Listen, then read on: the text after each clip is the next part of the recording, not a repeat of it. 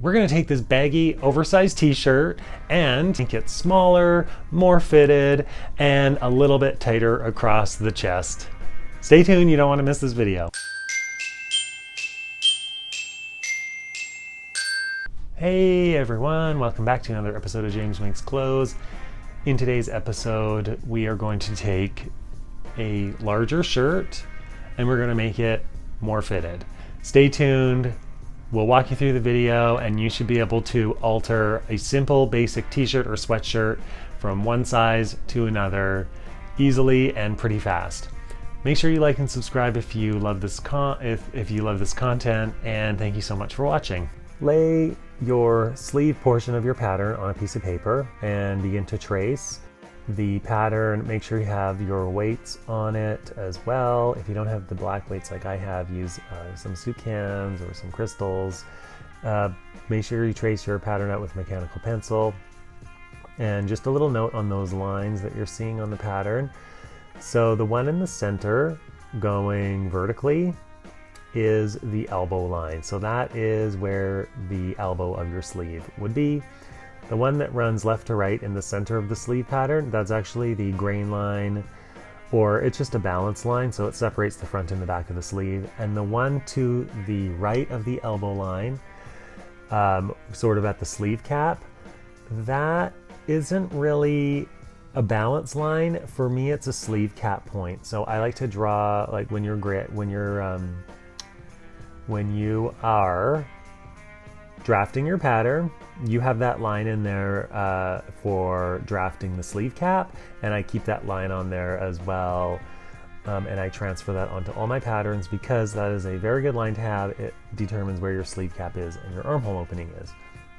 So I'm marking those lines on the traced new pattern, and we're going to transfer those lines on there.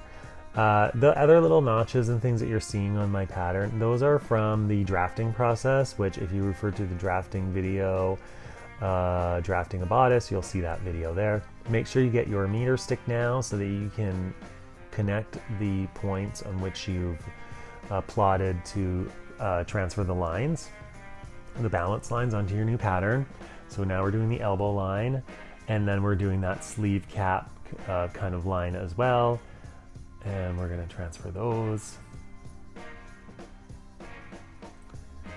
Now I'm making sure all my lines are nice and sharp and clear, so I just go over them with a ruler and a French curve. So once you're done tracing out your sleeve, you're going to cut that out, and we're going to move on to the back portion of our pattern now. We're going to trace that out.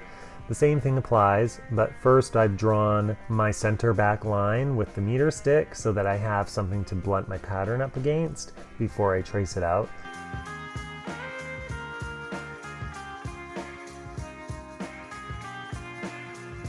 Now we're transferring the weight line, so there's the chest line, and then below that is the waistline. So I've transferred those points on, and now I'm connecting them with my ruler. First the line indicating the waist, and then the line indicating the chest, or underarm, as I like to call it. It's nice to have those lines on there when you are altering your pattern. And use your French curve to make sure that the armhole is correct. And make sure you transfer the notches, the armhole notch as well. The notches on the pattern are for sewing as well as walking your pattern along for balance. So when I'm tracing the front, you can see that I've just matched the armholes up, and then I continue on tracing the exact same way that I did the front. First, you start off with that meter stick, draw your center front line, and then trace your pattern, matching it up to the center front line. Transfer your balance points, and then use your meter stick and go over all the trace lines. Make sure you add your notches to the armholes and the shoulder seam. Also add the seam allowance line on the shoulder seam for when you need to walk the pattern or the sleeve across the armhole to make sure that your sleeve matches. And we are using our French curve to make our armhole look nice and pretty. This comes in handy because we need to measure, we'll need to measure along those lines with a with a tape measure, and that's why I go over them and make them nice and sharp.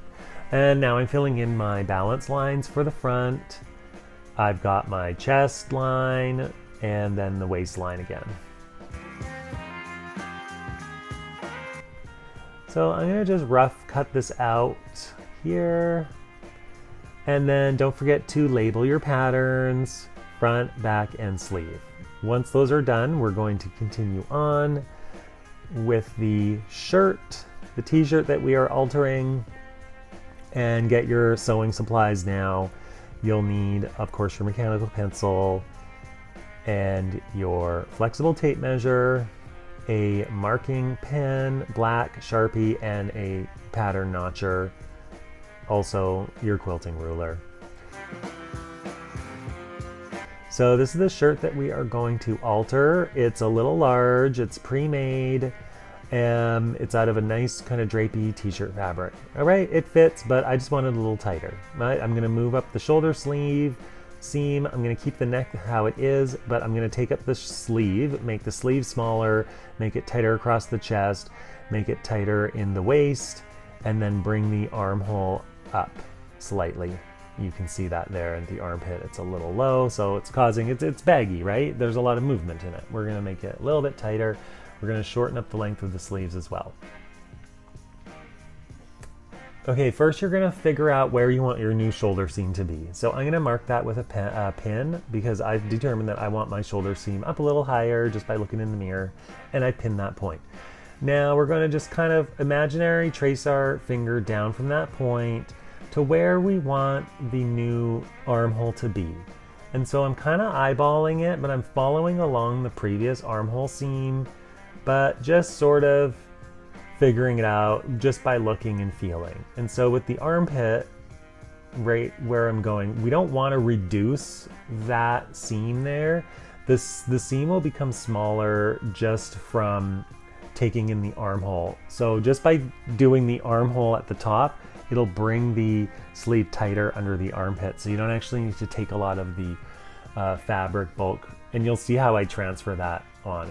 It'll gradually just move the sleeve up just from reducing the armhole there with those indicated by those pins. And we're gonna hem the sleeve. We're gonna remove about 2 or 3 inches off the bottom of the sleeve, and we're gonna indicate that with a pin. Then we're going to eyeball where we want our waist to be, and we're gonna pinch that. So notice how I'm also pinning everything on the same side. So we're gonna pinch it in at the waist, and then we're going to follow that line up. You can see I've kind of pinched where I want it to be, or where I want it to fit under my armpit, and I'm indicating that with a pin. So I've removed the shirt, and what I'm gonna do is I'm gonna use my tape measure to measure the distance between the armhole seam and my pins, and I'm gonna transfer that to the same area where I think it's going to be on the paper pattern.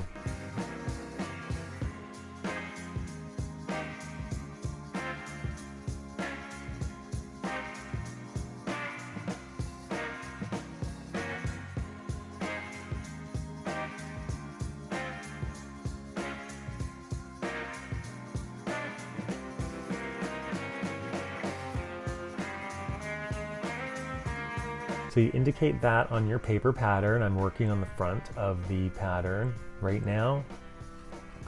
And I've transferred that pin measurement to the curve of the armhole and then to the shoulder.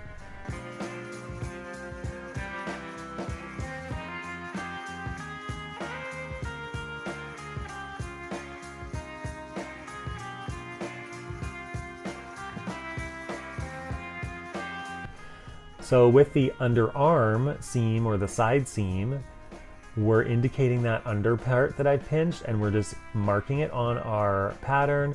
And now we're going to connect all those points with our rulers. Use the curve ruler at the armhole. You can freehand it as well if you want. Just draw a curve with the turn of your wrist. That also is fine. You can see I've shifted that armhole in, but I've matched it to the point where it originally was. And now I'm taking in the side So just slightly in at the armpit, only about 1 centimeter, and I'm curving it in more at the waist. My body is a little more curved in at the waist, so that's why my new t-shirt's gonna fit like this as a fitted pattern. And then we just draw that line straight down and square. Same principle on the back, but because we didn't measure the back, we're kind of just estimating how much we remove off of the back armhole based on what we did on the front armhole. And just a rule of thumb, your back doesn't have breasts, right? So you don't curve it in as much at the armhole curve. So just try and keep that in mind when you're doing the back. There's less curve in. Now we true the side seam by matching it up at the armhole, and we're also truing the armhole as well. That's why I've traced the pattern so that the armholes face each other, so that I can go over the armhole like so and true that seam, and I get a nice armhole shape. Put my weight on there, and then I'm going to check the side seam as well to make sure that they line up.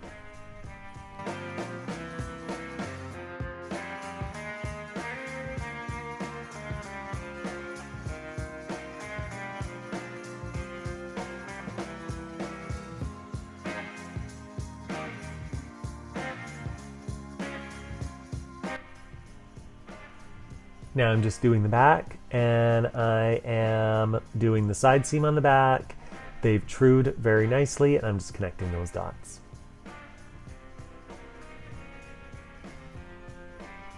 The back also has a waist curve, same as the front.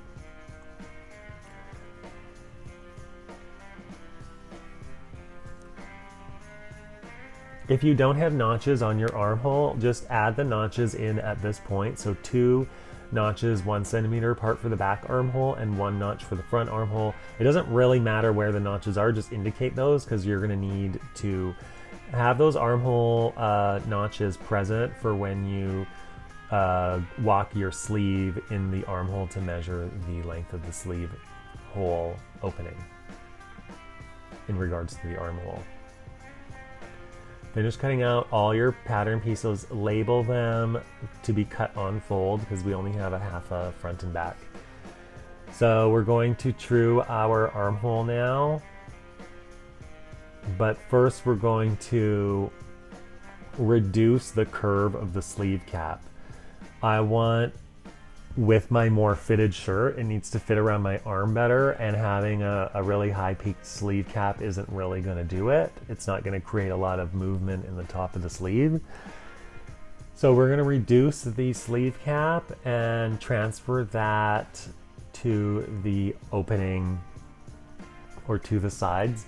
So normally you would do a slash and spread method, but what I'm going to do is reduce the sleeve cap by 1 centimeter and then reduce the sleeve cap by 1 centimeter, walk my pattern along my armhole to see how much the new measurement is, and then I'm going to slash and spread my sleeve to fit the armhole now with the new sleeve cap. So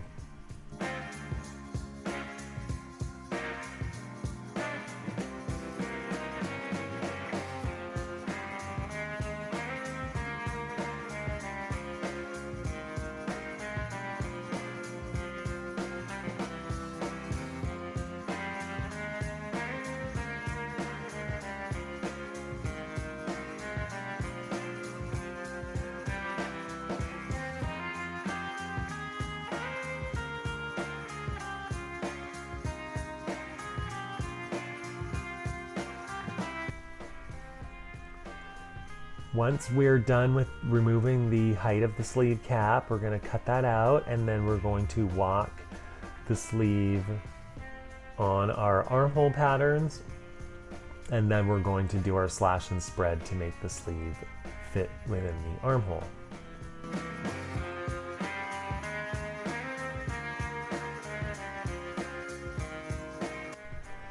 Make sure you label the sleeve, the front of the sleeve and the back of the sleeve. There is a front and a back on this one because the t-shirt pattern is designed like that. Now grab your tool so that you can walk your pattern along and walk the pattern along at the seam allowance. In this case, I have a 1 centimeter seam allowance. And you're basically following along here. You're using the sleeve and almost visualizing how you're going to sew it, and that's how we're going to know exactly how much sleeve we need to fit into the armhole, basically. So I'm going to arrive at that front notch. I'm going to mark that on my sleeve so that I know where to sew it. Because I've marked that notch, I know that that distance that I did previously is correct. And then as I get to the shoulder seam, I'm going to mark that, and hopefully, if I'm correct, the shoulder seam will hit the center of the sleeve, or usually within about 1 or 2 centimeters. So you can see there's the center of the sleeve and where it's lining up with the shoulder seam. Usually a design has the shoulder seam shifted slightly 1 centimeter behind the shoulder, not exactly in the shoulder, so you can't see the seams from the front.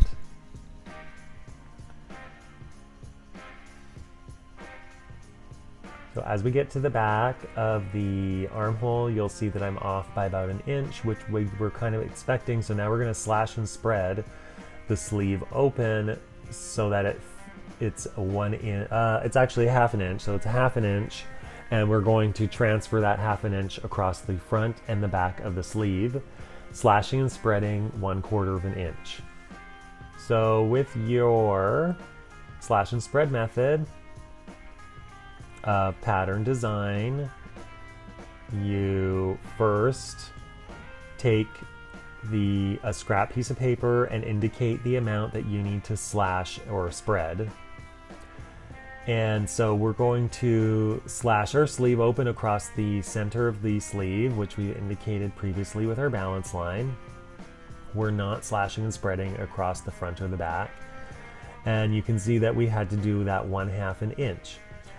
So cut the pattern down the center, take your scrap piece of paper, which you've indicated that 1 inch on to, line it up with one side of your slash, lay your second side of your slash down on the opposite line, and there you have it. There is our sleeve cap with that 1 inch difference injected into the center of it. Tape the new pattern down, and that's it. It's slashed and spread.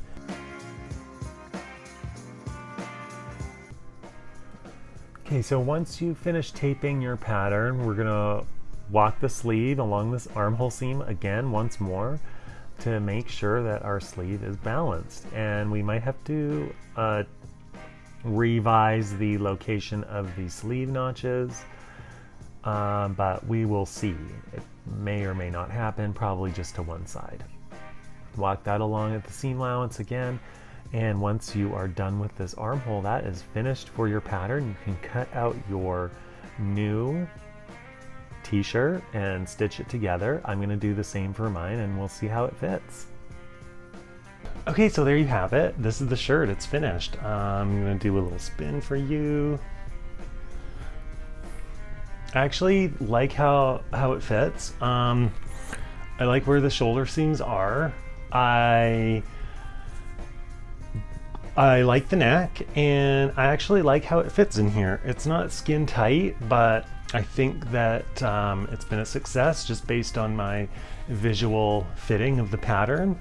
And so I want to just talk about doing the neckband. I'm not sure if I drafted the neckband in the demo, but when you're taking the neckband measurement, basically what you do is you take the top neck portion of your pattern, measure the thickness of the neckband, but before you cut it off, measure the opening, because that measurement of the opening before you remove the neckband from your pattern is the measurement of the neckband. Picture where this is, right? So on my pattern, the neckline would have gone up to here, but to incorporate a neckband, I've removed this 1/2 inch from my pattern, taken that neckband and drafted just a long rectangular piece based on that measurement, and then add the seam allowance. So with ribbing, you can do that neckband in that or the self. So you can see that I didn't buy special ribbing for this. I've just used the same fabric as my t-shirt. So I'm super happy with it. Thank you guys so much for watching. Take care and subscribe.